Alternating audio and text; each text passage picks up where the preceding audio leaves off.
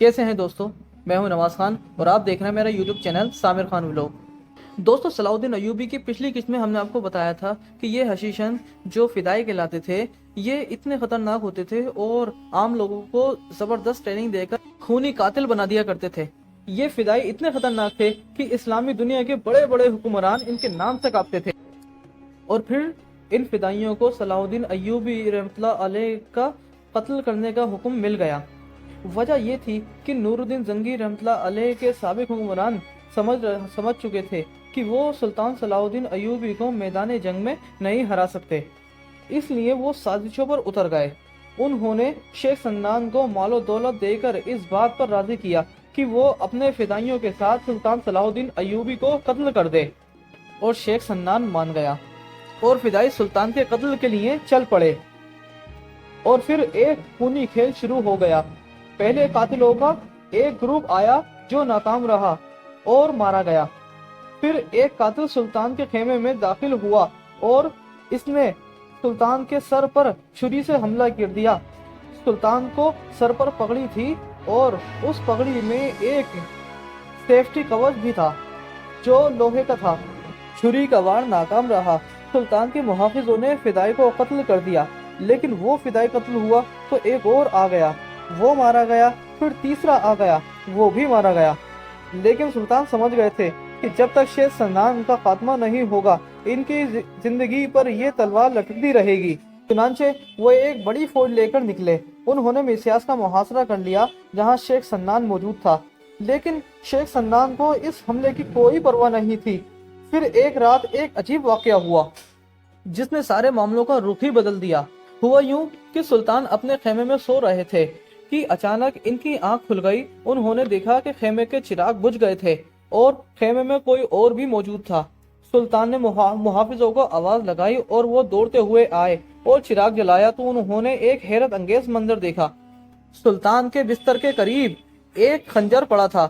اس کے ساتھ ایک کاغذ تھا جس پہ لکھا تھا کہ بادشاہ سلامت، آپ ہمارے رحم و کرم پر ہیں، ذرا ہوش میں آئیے۔ سلطان بہت حیران ہوئے۔ ان کے حکم پر محافظوں نے خیمے کے چاروں طرف جائزہ لیا تو ایک شخص کے قدموں کے نشان کچھ دور تک دکھائی دیے، لیکن کوئی پکڑا نہیں جا سکا۔ سلطان اپنے دشمنوں کی دلیری اور جنگی صلاحیتوں سے بہت متاثر ہوئے۔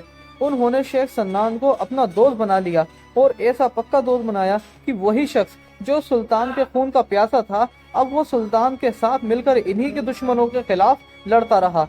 تاہم کچھ مورخین یہ بھی لکھتے ہیں کہ اس رات سلطان کے خیمے میں کوئی نہیں آیا تھا۔ یہ واقعہ بالکل جھوٹ ہے۔ وہ یہ بھی کہتے ہیں کہ سلطان کے سخت محاصرے سے خوف زدہ ہو کر شیخ سنان نے خود رحم کی درخواست کی تھی۔ بات چاہے جو بھی ہو، لیکن سلطان نے اپنے بدترین دشمن کو بھی اپنا اتحادی بنا کر اپنا بڑا دل اور اعلیٰ سیاسی سمجھ کا ثبوت دیا تھا۔ لیکن سلطان صلاح الدین ایوبی کے لیے سازشی عمرہ یا شیخ سنان نہیں بلکہ فلسطین کی صلیبی سلطنت سب سے بڑا چیلنج تھی۔ صلیبیوں نے 1099 میں بیت المقدس پر قبضہ کر دیا تھا۔ ان کی حکومت کو ایک صدی ہونے کو آئی تھی، لیکن وہ باقی سلطنتوں کے ساتھ امن کے ساتھ رہنے کو تیار نہیں تھے۔ سلطان نے ان کے ساتھ رہنے کی بہت کوششیں کی کیونکہ یہ سب کے ساتھ پرامن کے ساتھ رہنا چاہتے تھے۔ وہ تو آپس میں لڑنے والی مسلمان سلطنتوں کو بھی متحد کرنا چاہتے تھے۔ سلطان نے صلیبیوں اور مسلمان سلطنتوں دونوں سے جنگیں لڑنا پڑی، لیکن حقیقت میں وہ دونوں سے ہی امن کے معاہدے کرنا چاہتے تھے۔ ایک طرف تو انہوں نے صلیبیوں سے صلح کے معاہدے کیے تھے اور دوسری طرف مسلمان حکمرانوں کی ایک بیٹھک بھی بلائی تھی۔ اس بیٹھک میں یہ طے پایا کہ یہ حکمران اب ایک دوسرے کے خلاف تلوار نہیں اٹھائیں گے۔ ان معاہدوں سے سلطان کو اطمینان ہو گیا تھا کہ اس خطے میں دوبارہ جنگ نہیں ہوگی، لیکن صلاح الدین ایوبی کے دشمن جلد ہی صلح کے معاہدے توڑنے لگے۔ خاص طور پر موصل کا حکمران بار بار صلیبیوں کے ساتھ مل کے سلطان کے خلاف سازشیں کرتا تھا۔ سلطان نے موصل کے حکمران کو سخت سزا دی تھی اور شہر کا محاصرہ کر لیا تھا۔